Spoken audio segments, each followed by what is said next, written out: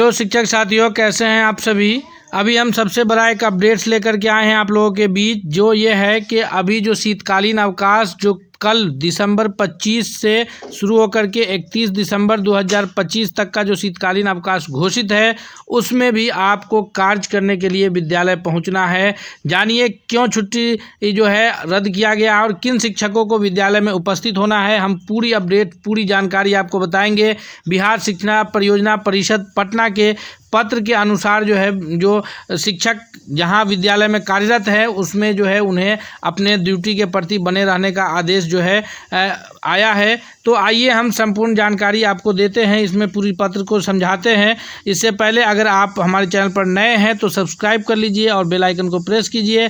हम आपको पूरी जानकारी डिटेल्स में देते हैं। अभी संपूर्ण जानकारी बतलाते हैं। बिहार शिक्षा परियोजना परिषद जो पटना से 17/11 यानी 17 नवंबर 2025 को ही पत्र जारी किया गया था सभी जिला शिक्षा पदाधिकारी और जिला कार्यक्रम पदाधिकारी सर्व शिक्षा अभियान को, जिसमें यह बात उल्लेखित किया गया था कि विद्यालय से बाहर अथवा जो बच्चे छिजित हैं यानी जो बच्चे अनामांकित हैं, जिनका नामांकन विद्यालय में किसी भी कारणवश नहीं हो पाया है और उनकी आयु अगर 6 से 14 वर्ष की है या फिर वो 15 से 19 वर्ष के आयु के बच्चे हैं, तो उनको पहचान हेतु गृहवार सर्वेक्षण करना है। जो आपके विद्यालय के पोषक क्षेत्र में यह सर्वेक्षण का कार्य किया जाना है। वैसे बच्चों का सर्वेक्षण करना है जो बच्चे विद्यालय में अनामांकित है या नामांकन लेकर के बच्चे पढ़ाई छोड़ करके विद्यालय से बाहर रह रहे हैं और उनकी आयु 6 से 14 या फिर 15 से 19 या ऐसे समझिए कि 6 से 19 वर्ष की आयु के वो बच्चे हैं, तो उन बच्चों का जो है नामांकन गृहवार करना है। इसको लेकर के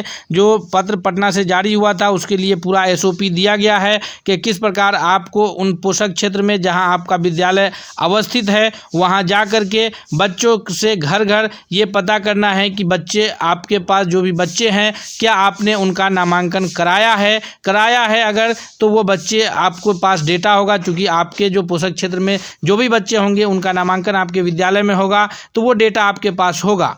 अगर वो बच्चे का नामांकन आपके विद्यालय में नहीं है, डेटा आपके पास नहीं है, फिर उनसे आप पूछताछ कर सकते हैं कि वो बच्चे बिहार सरकार के किस विद्यालय में नामांकित है या किसी प्राइवेट स्कूल में नामांकित है। अगर वो बच्चे कहीं नामांकित नहीं है, किसी कारणवश वह सामाजिक रूप से ऐसे पीछे चल रहे हैं जहां उनका नामांकन नहीं है या कहीं नामांकन था भी, तो अब वो बच्चे किसी विद्यालय में जो है लगातार पढ़ाई नहीं कर रहे हैं। कहीं ऐसा तो नहीं कि वो बच्चे जो है बाल श्रम के में लगे हुए हैं यानी घरेलू ऐसे कार्य में लगे हैं जिसकी पारिश्रमिक से यानी उसके बच्चे की कमाई से घर में कुछ खर्च चल रहा हो, ऐसे काम में तो कहीं नहीं लगे हैं। तो इन सब का एक एक पहलू पर आपको उस बच्चे की जानकारी लेना है। विद्यालय से बाहर जो बच्चे हैं उनके बारे में आपको पता करना है कि बच्चा किसी भी विद्यालय में नामांकित नहीं है, बच्चा किसी विद्यालय में नामांकित है परंतु लगातार अनुपस्थित है, महीनों 2 महीना 6 महीना से वो लगातार अनुपस्थित है। वो क्यों अनुपस्थित है?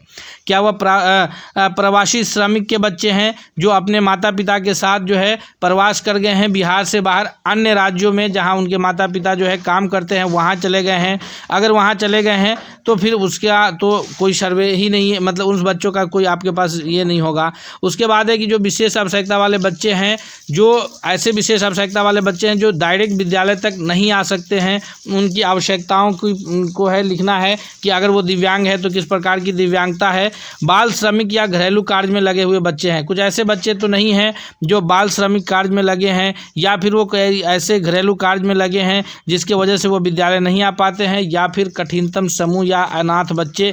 इन सब बच्चों की आपको पहचान करनी है और पहचान करके आपको विद्यालयवार जो है ये सर्वे करना है। आपको बता दें हम कि ये जो सर्वे है आपको इससे पहले से ये कार्य इसका चल रहा है, हम आपको संपूर्ण जानकारी दे दें तो विद्यालय प्रधान के द्वारा जो विद्यालय प्रधान का जो प्रशिक्षण चला है प्रखंड स्तर पर, वो 9 से 15 दिसंबर तक प्रशिक्षण चला है। फिर हेल्प डेस्क के माध्यम से आंकड़ों का संग्रहण हुआ है 16 से 19 दिसंबर तक।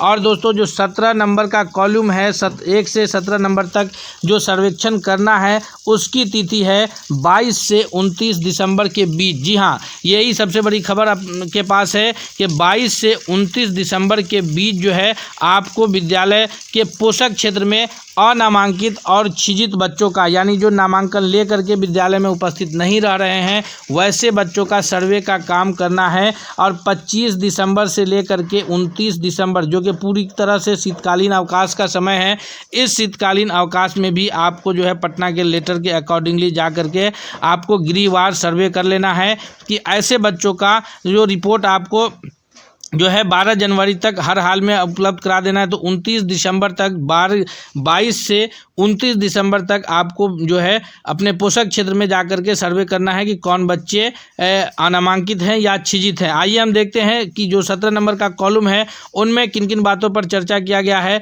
कौन कौन सी बात आपको गार्जियन से पता करके नोट करनी है, उसको भी हम लोग देख लेते हैं। हम लोग देखते हैं अभी कि जो अभी सर्वे करना है 17 नंबर कॉलम की जो जानकारी लेनी है 6 से 14 वर्ष और 15 से 19 वर्ष की आयु के बच्चों के लिए, उसमें यह कॉलम है जिसमें 1 नंबर में तो आपको सीरियल नंबर दर्शाना है जितने बच्चों का आप सर्वेक्षण करेंगे।